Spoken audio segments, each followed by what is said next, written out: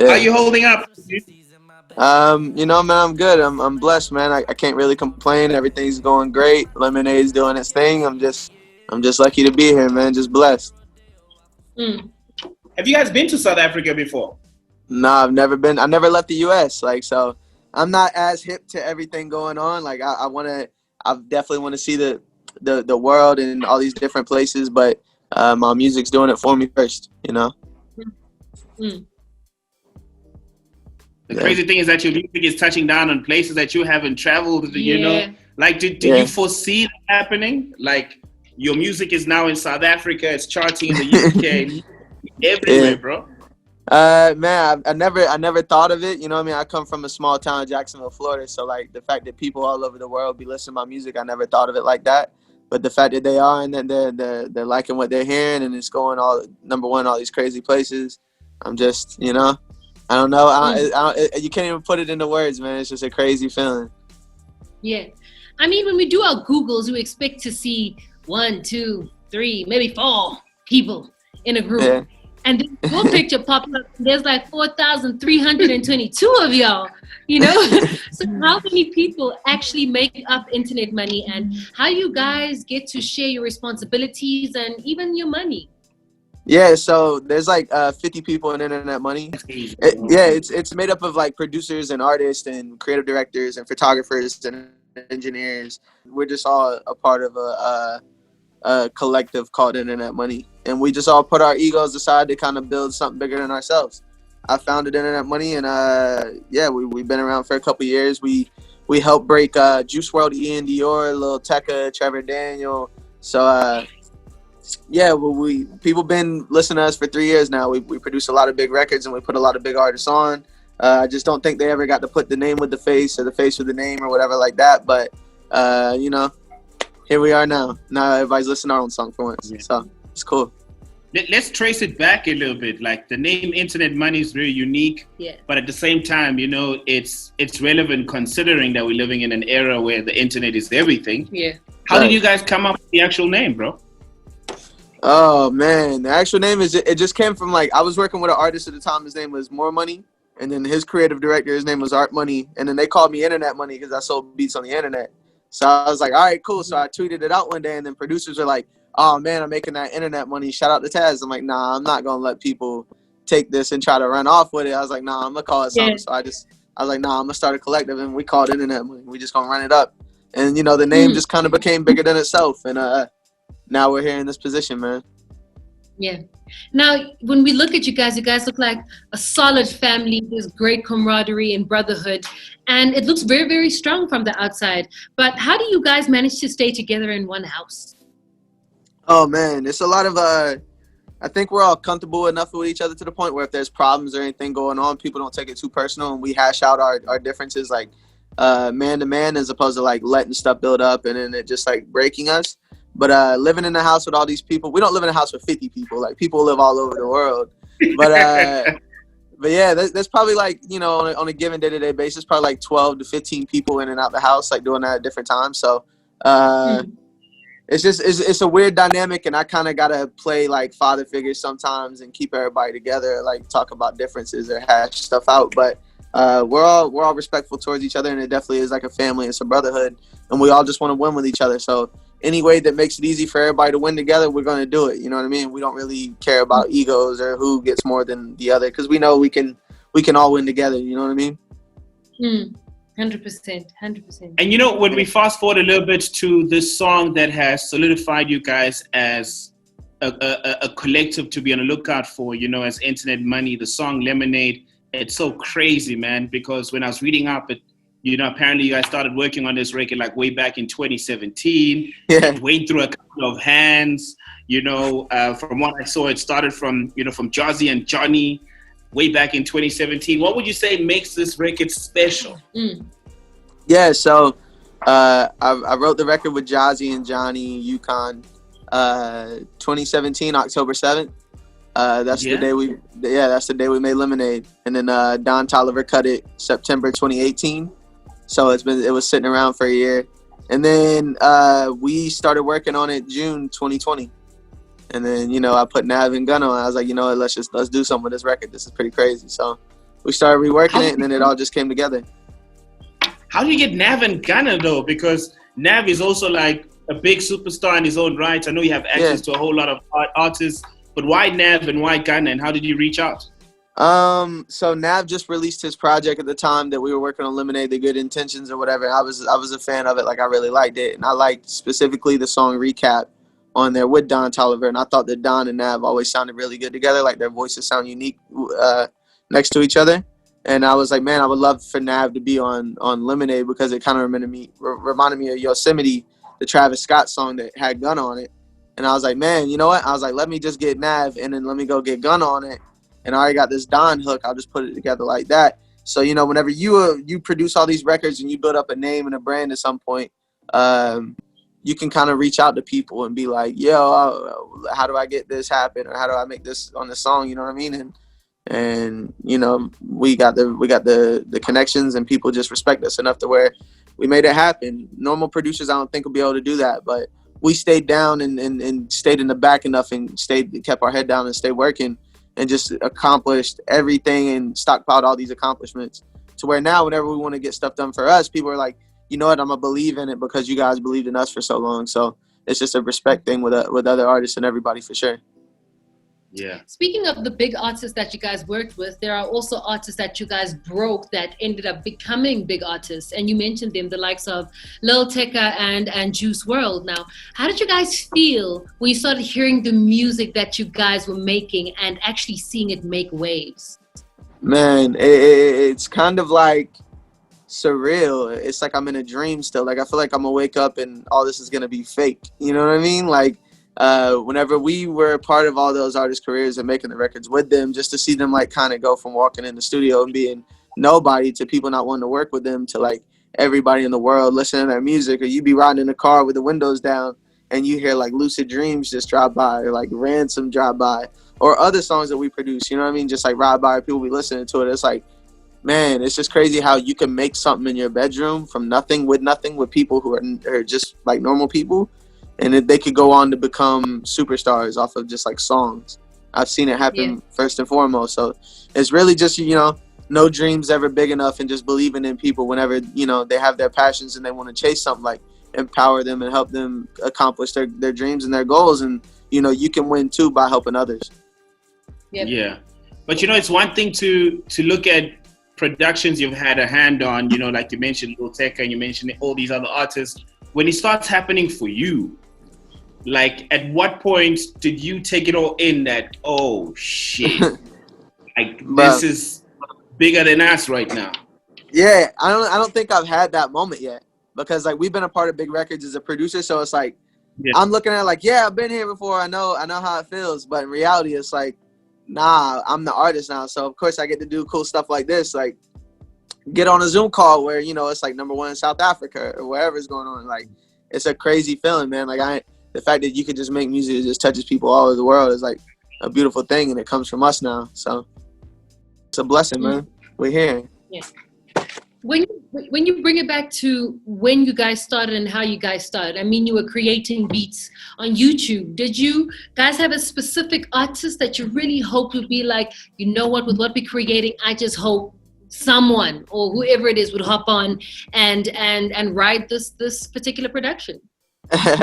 With us, it was more so just like, I think we wanted to work with Future heavy, you know what I mean? And the fact that Future was on our album, it was just like, man, we did it, because we used to make type beats on YouTube to Future. We made Future type beats all day, so it's just a surreal feeling to be working with a lot of these people we always wanted to grow up and work with, you know? Yeah.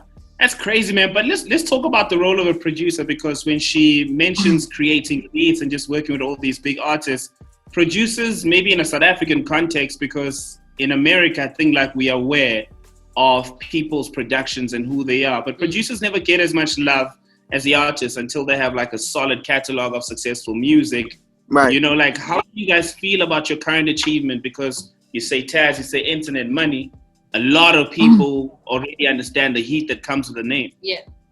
Yeah, man. Honestly, that doesn't even like go through my head or stuff like that through a day-to-day basis. So I don't even know how to react to that. I think for me, it's just like, treating people like they're normal, just developing relationships and building and working, man, just staying humble and through everything that happens, just being grateful and just waking up every day and like, yeah, we could be a part of all these crazy records or go do all this stuff, but waking up every day and acting like we haven't accomplished anything yet. And just, you know, what we did the day before, it doesn't matter, you know what I mean? So just keeping our heads down and working and just, you know, appreciating life as it comes to us, man. This is just a part of the movie, man, you know? That's wild. And fast forwarding to where you guys are right now, you're about to release your first album titled Before the Storm. Now, what did it take to put this particular project together, considering that you're quite a sizable group? Yeah, we did it in a month. We did the whole album in a month. Whoa. We did it in June. So I said I was going to do an album in June, and it took 30 days. And, you know, now we're here, and Lemonade's one of them. So it just goes to like really locking in and really having a core of people you really believe in that want to, you know, build the same thing with you. 100%. That sounds so crazy, man. Like, you know, people always talk about making albums that takes a very, very long time. And years, right? Yeah, it takes years. It'll take a year, 2 years. Yeah. A lot of money, a lot of years, a lot of time. We did ours under the Corona thing in 30 days. Yeah. You guys have like, you know, the features on the project, man, is crazy. From the likes of Juice WRLD, Future, Sway Lee. Like, how did you guys go about sourcing out the talent that y'all wanted on the album? I just look at it like artists are like brushes, you know what I mean? Like, these are artists that we've always wanted to work with and like take to a different lane and do whatever. So I think for our album, we actually had the chance to do it. So it's like I actually had the chance to get in with Sway Lee and be like, "Yo, Sway, let's do something like this." And he's like, "All right, man, whatever you want to do, let's do it." So just the fact that we're able to have that reach with these artists and continue to build that relationship and try new things with them, and them trust us enough to experiment and try new things as well, like it's a good feeling, man. If you guys can put an album together in 30 days, it makes me anxious, but in a good way for what's yet to come. What can we expect in the future from you guys? So I'm done for the year 2020. I'm done. I'm ready for this year to be over with. Donald Trump's out of here. Joe Biden's in. We about to just we out here. You know what I mean? Oh. So 2020 is gonna be a good, or 2021 is gonna be a good year, and we're just gonna set it off the right way. We're gonna release new music and start a new project and just start working with new artists. I think we're gonna spend a little more time creating it than a month this time, but I want every song to be Lemonade caliber. You know what I mean?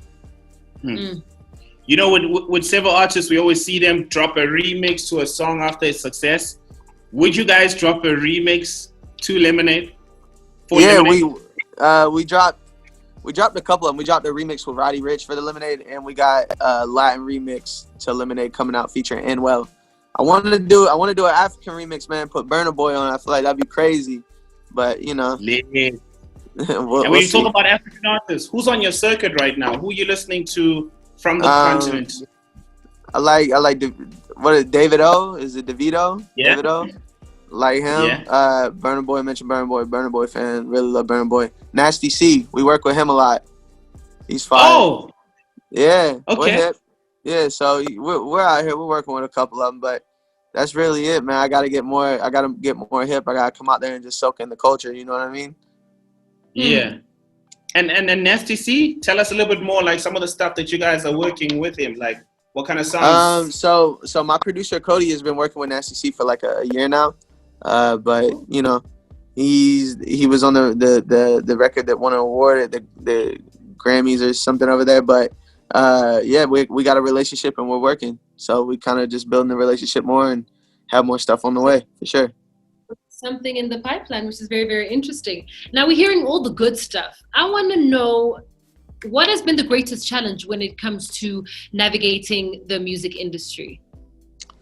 The biggest challenge is just like no one's gonna teach you the music industry. At the end of the day, the only way to learn the music industry is just by your eyes and going through like certain situations and be like, wow, well, now that I went through that, I would do it differently if the situation comes up again.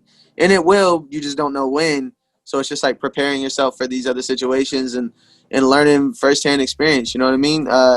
No book's gonna be able to teach you the music industry. No school or no college or no, is going to be able to teach you the music industry. You just really got to jump in and just immerse yourself and start learning firsthand. Like, it takes years. So just knowing what you're signing up for whenever you get into this, you know? Any tips for young producers that have solid beats, but they're trying to get a hold of big artists to work with them? Any tips? What I would do is use it like fishing. You know what I mean? Like the big artists, they got a million producers all day. They don't need us. So get another artist and build up another artist that has the sound that they want, and then they'll come to you. You know what I mean? They big artists all the time, like, man, what's that new song that's going crazy? Man, I want to make a song like that, or I want to do this. So they'll just go reach out to them producers themselves.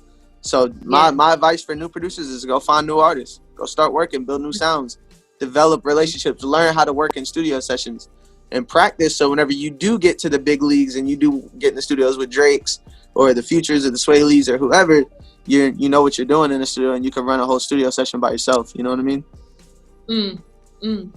And can we expect more of these types of collaborative efforts from your camp? And if so, who are you gunning for if they're going to be on the next project? I would love to work with Post Malone. I would love to work with Travis Scott, Drake, of course, Don Toliver again, Young Thug. All these artists I would love to work with and put on the second album in some way, of course. Who has been the highlight at the moment? The experience working with them was totally different to all other sessions. It's probably Sway. Sway Lee was just like a big one for me. I'm such a fan of Sway Lee, and he's just like one of the most talented artists I've ever worked with. And the fact that he's just not your traditional artist, like he can get in there and sing, he can get in there and rap, he can get in there and do whatever the mood he's feeling for the day. And it's just like, it's fun going in and just trying new stuff with one of the most talented artists in the music industry. Yeah. And for me, the last one from me is, which artist is not returning your calls still? Who do you want to call back?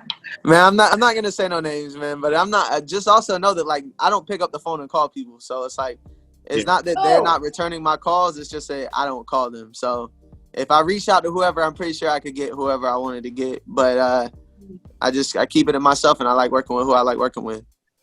Yeah. 100%. Not trying to be controversial, but have you ever given a beat to anyone and they just did not do it any justice?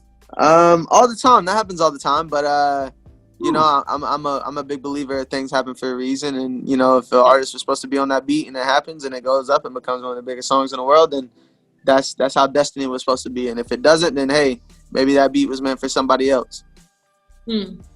Easy, bro. Look, man, thank you very much, guys, for chatting to us. Taz, it was so insightful, man, in a short amount of time to connect with you guys. And hopefully when you get back on touring, y'all can come out here in South Africa and just vibe out with us. Let's do it. I can't wait. I definitely want to see the world and touch all these different types of places and cultures. I just can't wait, man. So shout out to South Africa for listening to Lemonade, and check out Before the Storm. And we're out here. Can't wait to come to South Africa. Appreciate you guys for having me.